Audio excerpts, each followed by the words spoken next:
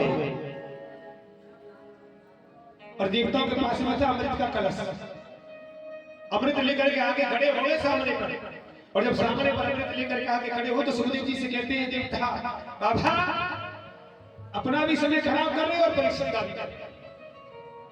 अरे इसको श्राप से अगर मुक्त करना है तो एक काम करो ना, ये हमारे पास अमृत है, इसको एक आध बूंद अमृत पिला दो, अमर हो जाए। सुखदेव जी कहते हैं वाह, बोले देवताओं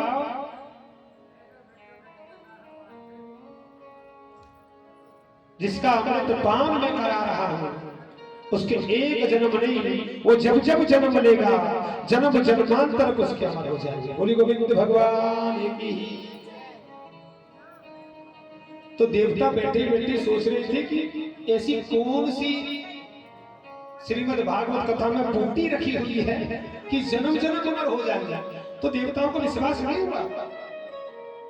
सुखदेव जी बोले एक काम करो, देव तराजू ने किया, और जब तराजू को लगाया एक तरफ रखा श्रीमद् भागवत कथा और दूसरी तरफ रखा अमृत के कलश में, और जब सुखदेव जी ने कहा देवताओं से कि अब इसे उठाओ, और जब उठाया अमृत वाला जो भाग था वो ऊपर उठ गया। देवता हाथ जोड़ के खड़े हो गए सुखदेव जी से, प्रभु देखने में तो इस पुस्तक का आकार बड़ा छोटा है, लेकिन इसमें इतना भाग कहां से आया?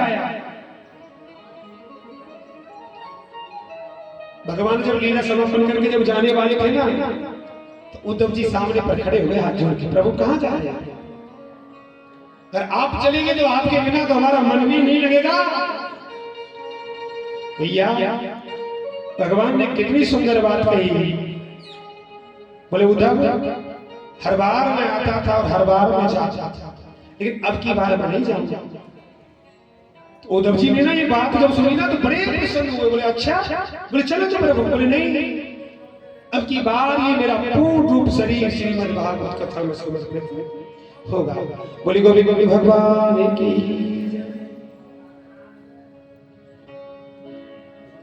सुखदेव जी यही पूछ रहे कि कथा को सुनते सुनते परीक्षित कहीं मन में विचार तो नहीं आ रहा है कोई? बोले प्रभु कोई विचार नहीं।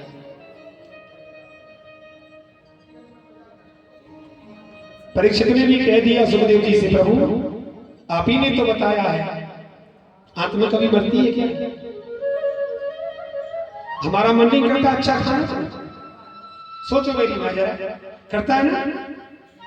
हम भी चाहते हैं कि हम भी अच्छे वस्त्र पहने, फटे वस्त्र पहनेगा कोई? जब वस्त्र फट जाए ना तो उसको अलग कर देते, बोले अब रिटायर हो गया, अब नया खरीद के लेके आओ। आत्मा भी सोचती है मनुष्य के अंदर रहकर,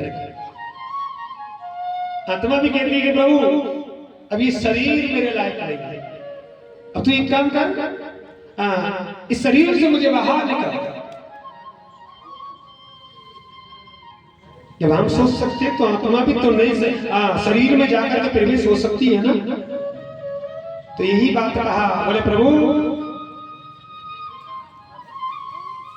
मनुष्य कभी नहीं मर पाता।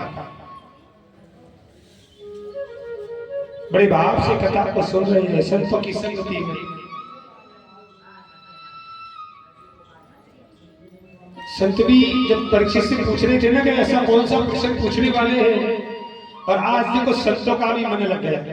लेकिन संत तो एक बार को खड़े होकर के प्रभु कहीं अपना घूमने चले जाते थोड़ी बहुत देर के लिए, उठ बैठ लेते हैं, लेकिन परीक्षित एक स्थान पर बैठ करके ही कथा को श्रवण करते रहते हैं।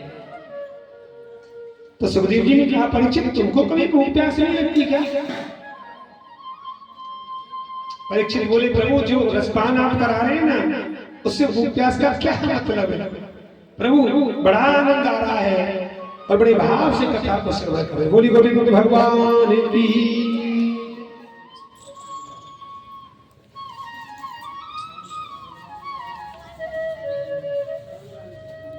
सुखदेव जी कहते हैं कन्हैया का जन्म हुआ अष्टमी वाले दिन, और भगवान ने वो प्रतिमा पहले ही दिखाई थी कि भैया तू आदेश क्या करना क्या है, लेकिन सुनना ये प्रभु की असीम कृपा है। खूब पहरा लगा दिया लेकिन कहां चलने वाला था।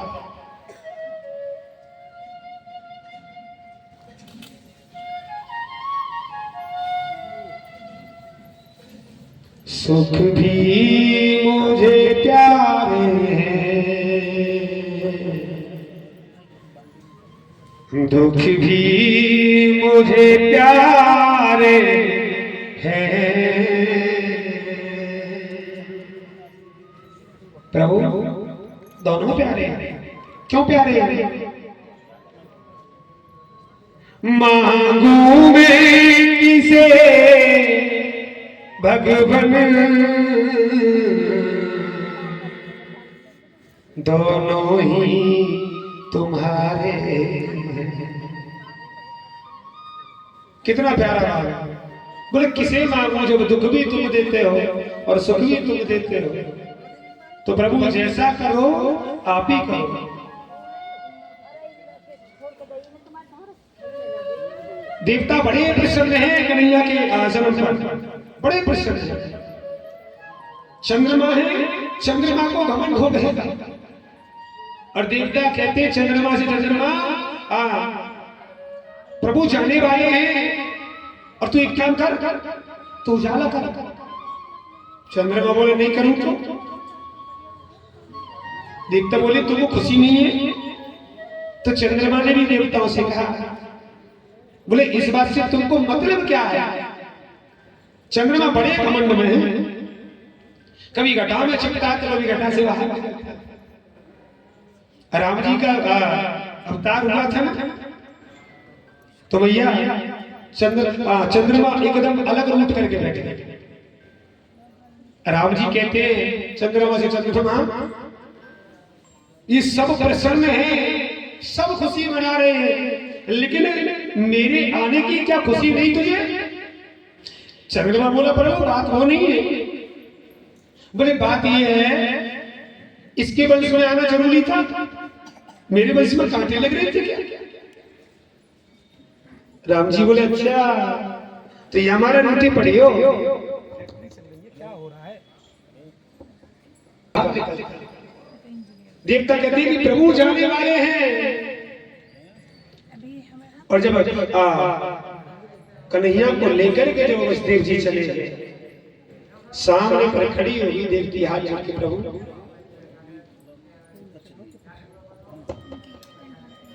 विराम लगा दो, फिर थोड़ी देर फोन ही सुनवा दो सबको।